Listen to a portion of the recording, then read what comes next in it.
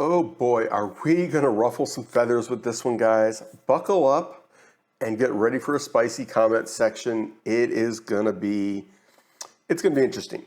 Back about 8 years ago, John Ringo was having some issues with the response to him being on the speakers panel or the writers panel at a convention, at a con.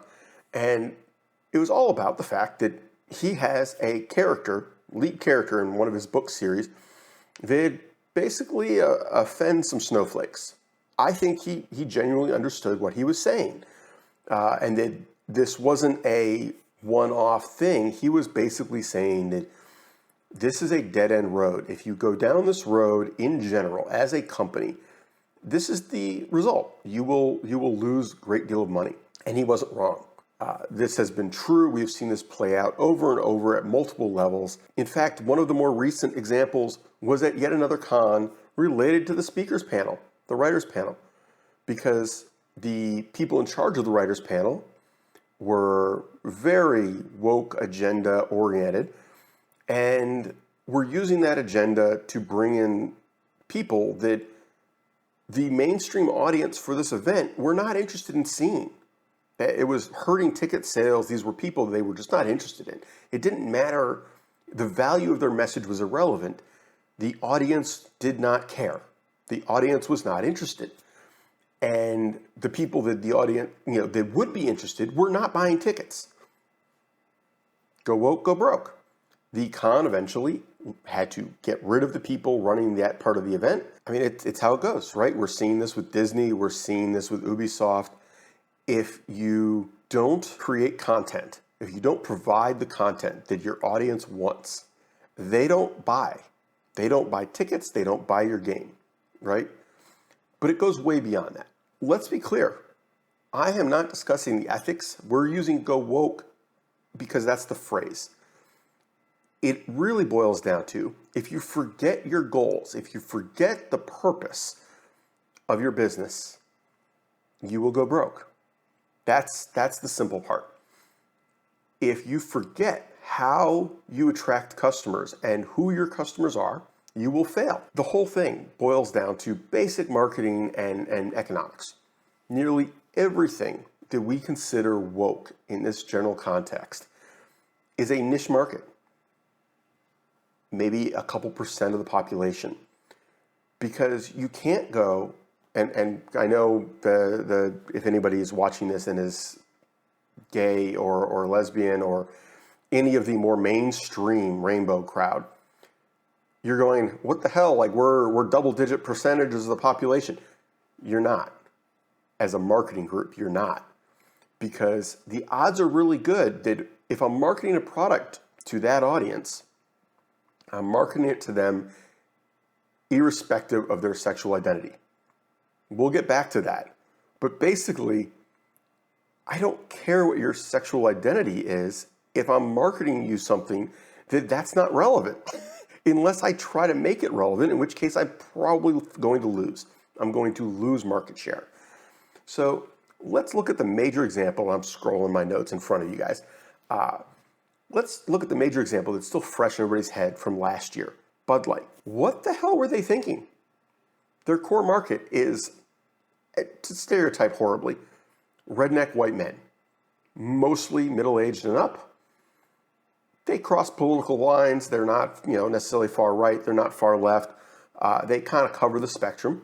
I'm speculating, but it's probably an over 30 crowd for the bulk of their customers. And these are people for whom personal values tend to lean a little on the conservative side, not necessarily political, but like their view of the world is a little more old school. Blatantly transsexual, extremely flamboyant gays are not things they're going to react positive to in an ad campaign. They may not care what you do in the privacy of your own home, in your own social groups. Like, they may not care at all. They may actively be positive about it. They may go, hey, you do you, man, awesome. But as an ad campaign, it isn't going to be positive. They're going to look at that and go, well, that doesn't represent me at all. Because let's face it, Dylan Mulvaney, regardless of whether you agree with her political affiliations, social affiliations, is annoying. Right? Like, I mean, I don't honestly know anybody who is positive about that individual. Now, there are people who are, I'm sure, but I don't know. I don't know any of them. That individual is obnoxious. They are not representative of the customer base that you have, if you're Bud Light, nor are they representative of the majority of the customer base they were probably trying to reach with that ad campaign. This is a big market. Millions of people. You have a huge loyal fan base. These people are buying Bud Light week after week after week, and they have been for years. And they will continue for years if you don't drive them away. Your core market is not the people who go to microbreweries. They're not the people who buy different beers every week and spread their money around because they enjoy variety. Those are customers that you market to with a small slice of your marketing funds. And you're trying to attract new customers, but those aren't your core audience. And you never want to risk your core audience. You never want to hurt your core market because they're very hard to get back.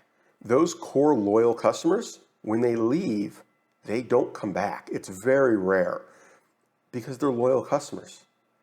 When they leave, they're loyal to where they went.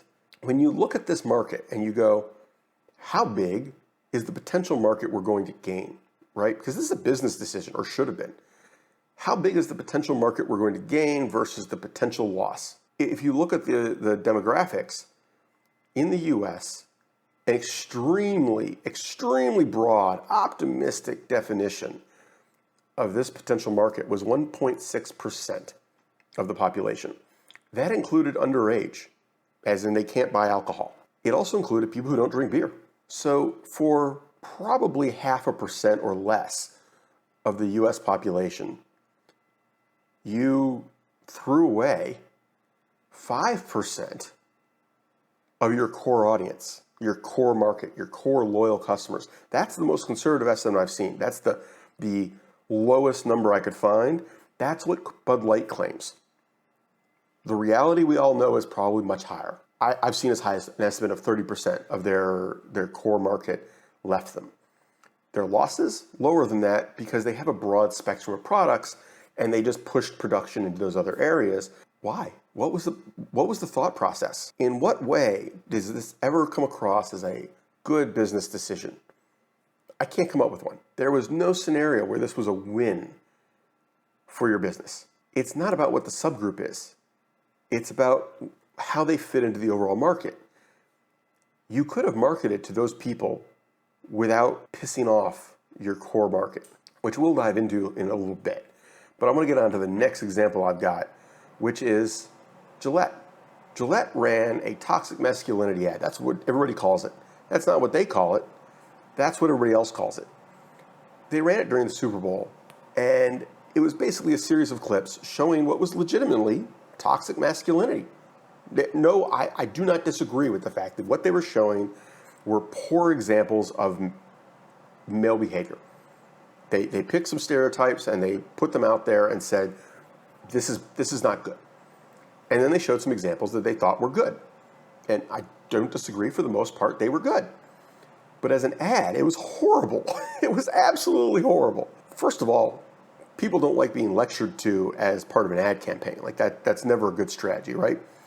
But second of all, the whole thing was just a lousy ad. It had nothing to do with shaving. Nothing. It was Gillette's shaving products was the group doing the ad, right? There was no shaving. There was nothing about a shaving product. They were basically just trying to rebrand themselves as a more feminist-friendly, anti-toxic masculinity business. Why would you bring that up at all? Why? What advantage did that have? You are promoting yourself in a way that does not endear you to your core market, doesn't necessarily hurt your view in the core market, except for the ad pissing them off because of the way the ad was done. But nothing about that ad was going to encourage people to buy your stuff in your core market. But you're catering to a market that isn't for that product. And I think it's hilarious to me that it was the whole ad was literally tailored to piss off everybody. Everybody. If you were a feminist woman, be clear, you didn't like the ad. It was not pleasant. You didn't enjoy it. If you were a feminist male, you didn't like the ad. You didn't enjoy it. It did not convince you to do anything. If you were a toxic male, you didn't like the ad, turned you off. If you were the normal, everyday, run-of-the-mill guy, didn't like the ad, right? Like, I remember my initial reaction to that ad basically being, what in the world is this stupidity? Like, this is obnoxious. This is insulting. This is just, ugly, right? It wasn't even well done. The ad was not even well produced. Even Vox Media, which is a pretty leaning left, pro-feminism media group, and I'm not saying they're far left, I'm just saying that's their bias, right? They considered it a stupid ad and poor decision. They said, and I quote, "However, it is inherently nonsensical to use feminism to sell men's grooming products or any products, as feminism is a political movement bent on dismantling current structures of power, which likely includes multi-billion-dollar corporations like Procter & Gamble." Now, I don't agree with all of that statement. I don't think feminism is bent on dismantling all the current structures of power, including multi-billion-dollar corporations. However, certainly using feminism as a marketing tool for male grooming products seems awful silly. They went on to point out that it was even more idiotic to run something like this as a short ad during an event like the Super Bowl. Regardless of any possible value the ad's message may have had, the short format and the viewing audience made that completely impractical. Addressing those topics in a 30-second ad or even a 1-minute ad is basically impossible. And then doing it in a completely male-centric, sports-related audience during the Super Bowl was even, like, it really didn't work. I'm not going to quote the rest of the article. I'll include a link in the description. It was a good article. I don't agree with everything in it, but it was an extremely politely worded, but absolutely scathing rant. Breaking down why this was stupid and why you should never do this as a business and how many ways it fails. Well, the fallout from that campaign for Gillette was in the billions, in the double-digit billions. In fact, we may be approaching triple-digit billions at this point. They wrote off about $8 billion that year on Gillette. Procter & Gamble owns Gillette. Then each year after that, they've continued to lose because customers left. I think Gillette makes very good products. Don't get me wrong at all. It's not about the product. It was the decision to be insulting, to run a campaign like that and then have the president of the company, the CEO of the company, double down and say he would do it again. I'm not against the concept that there is toxic masculinity. I think there's toxic people, right? There's toxic behavior, and some of it happens to be masculine. That's fair. But to run a campaign like that was so stupid, so blind, so insulting to your core audience that that's the insult. That's the part that I find offensive. That you're implying that enough of your audience is toxic that it made sense to run that as your Super Bowl ad. You just called your market toxic, right? I mean, that's what you did. Yeah, some of that market is trickling back, and overall Gillette has improved over the years in terms of their sales. New customers come in, old customers are not dying as fast as new customers are coming in, blah, blah, blah, right? They're a giant company, they do well. I'm not saying they're going out of business over this. They lost a ton of money over an ad campaign that there was no reason to run. Now let's look at this a little more closely. Why would you run that ad? What was the thought process, right? Well, the real answer, not even joking, is that the person responsible is a left-leaning, diehard, man-hating woman with an agenda.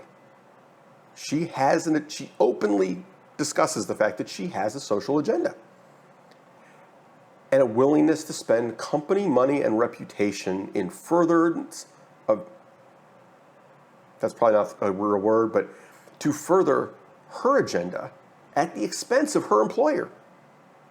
I do not know if she is still employed there. I believe she is. I know the CEO still is.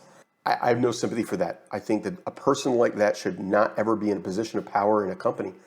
They should not be in a position of responsibility in a company. If it's a privately owned company and they're the person who owns it, that's their choice. But go woke, go broke, right? If Gillette wants to spend money that they make as a profit on a social agenda, feel free. But don't do it in a way that affects your company's bottom line so you lose money. Take the profit, spend it on the agenda. Take the profit, spend it on the agenda. Don't cut your profits pushing the agenda, right? And it doesn't matter what your agenda is. You right, left, up, down, I don't care. This is a basic principle of business. Spend the excess funds, spend your profits that you don't need on whatever you want. If the owner wants to collect Corvettes, that's fine. Whatever, right? But if he's collecting Corvettes and his business is selling Mustangs and he parks his Corvette collection in the parking lot, maybe not such a good choice, right? Why would the company let it happen? And the answer really is there is a disconnect between the people in charge very often, the overall person in charge or group of people in charge, the board of directors say, and the people doing the nuts and bolts campaigns and the analysis for these campaigns and the analytics. Those people at the lower level have an agenda and they tweak figures, they tweak the polls, they tweak the numbers, and they present this as if it's going to be a good thing. And again, we're stereotyping here. The woke group, nationwide, worldwide, is loud. They make a lot of noise. Doesn't matter which subsection of this you are, because it's not like it's one cohesive group. It tends to be loud. So it's very easy to portray this as a bigger market than it necessarily is, or that it's more cohesive than it is. And then the people in charge, they have to rely on the people under them to do their jobs properly. We're not talking about some peon. These are senior people at the company presenting this stuff to them. Well, I mean, we're paying you to do this job. Looks good, go with it, right? Well, apparently that's wrong. And what we're seeing is that more and more companies are going down this route and failing or losing great deals of money. And my issue is that they're not learning fast enough. That the people in charge at the very top haven't clued in fast enough in a lot of these companies. We'll see. Now, I'm going to break out my degree specifically here and present an example. Say you are a fictional shaving organization, shaving company. You make personal grooming products that you want to market to a wide range of men. Okay, you've got other products probably, but this particular set of products is male shaving products. And you did your market analytics and you're like, well, competitor A is doing better specifically with gay black men.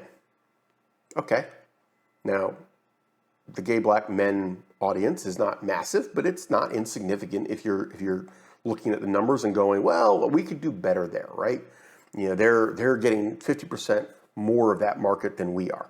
But do you run a national campaign that shows a black gay couple shaving each other with love in their eyes? Probably not. Not if you're not an idiot, right? Do you show a good-looking black guy shaving alone in his stylish bathroom, getting a really great shave, and you talk about all the ways your razor is better for black men than your competitors, or just better than some other product? Don't even have to specify, because black men do have specific shaving needs that are different from most other ethnicities. Well, I mean, if you have a product that is better at that issue and you're marketing it to the right audience, great. How is the fact that they're gay relevant? It's not. The way you tailor that ad to the gay black male crowd is you leave off the woman, right? Because stereotypically in these ads, we have the lovely lady coming into the bathroom and she leans over his shoulder. They're going on a date, whatever. Leave her out. just leave her out of the ad. And maybe you do a focus group and you make sure that your male model, your male talent for this ad is more appealing than not to your market, right? If you're specifically going after the black gay market, you don't pick a guy that they find unattractive. Now, don't pick a guy that the rest of your market also finds unattractive, but that's not that hard, right? It's really not. Win-win. You are literally going to advertise to your core market, advertise to the market that you think you were underrepresented in, not piss anybody off. Great. I'm not saying you run that ad as your primary ad, but you could take that version, okay, where you didn't include the woman, and everywhere you think you can market it, you can run that ad that is a higher percentage, a larger than normal percentage of gay men. That's the version, right? So San Francisco, that's the version you run. YouTube channels that are particularly popular with gay men. There's an audience, right? You find that audience, you show that ad to the right audience. You don't show it to Kansas wheat farmers. They're probably white, they're probably straight. That ad is not effective. If you did it right, the ad isn't offensive, it's just not effective. They look at it and go, okay, like I don't have that problem. You're making an ad campaign that caters to a problem that I don't have. The key here is that you run an ad to the right audience that does not also offend your core audience, does not cost you market. This is advertising. It's not social agenda. Your goal is to sell a product and make money. When companies lose track of that goal, they go broke. It's that simple. We've seen numerous examples over the past few years. If you pay attention and look a bit harder, you can see it started well before that. This has been something that's been going on for years and years and years. U.S. women's soccer, Target, United Airlines, Disney, Ubisoft, to name some relatively recent high-profile ones. If you cater to a market that is loud but small at the expense of the large but quiet one, you will probably not do well financially. That's simple. I'll give you one more example, and then we will close it out. If you are marketing to a general audience, it's very rare that you can pigeonhole a customer to a stereotype. And the reason is simple. They're not one thing. They're not one-dimensional, right? Customers are not that simple. Just to create a super niche customer, right? We have a lesbian, feminist, vegan, soccer fanatic that you want to market something to. Well, guess what? She may still dislike women who dye their hair. She may think tattoos are trashy. Maybe she's vegan for reasons other than the norm, right? People are not stereotypes. When you try to pigeonhole somebody that tightly, you're going to mess up. How about instead you market her to her as a woman first, then maybe a soccer fanatic, okay? And then maybe, depending on the product, as a feminist. Maybe. So unless you're selling sex toys or food, the fact that she's a vegan and a lesbian is not relevant. It's just not. These are things that should not be in your ad in a way that is offensive. And I don't mean offensive as in like people are, oh my God. I just mean that it is not helping your ad. Everything in your ad should be intentional. So let's just be clear. Everything in your ad, there's nothing accidental. Everything in there is controlled. Everything in there is intentional. So if it is not helping you, take it out. So the fact that you're trying to advertise to a vegan lesbian is not relevant unless it's food or sex toys. You may keep those things in mind in terms of, okay, those two criteria mean she's probably also biased in these ways, for preferences. She likes these colors according to our analytics. Those people also prefer these colors and they live in these places and so on. Yes, you can bias that way, but leave the specifics out of your ad because otherwise you are negatively affecting your ad to the rest of your potential audience. Anyway, go woke, go broke. It's a thing. It is reality. And yeah, it's a little too common. So take care, have fun, stay safe, everybody, and I will talk to you later.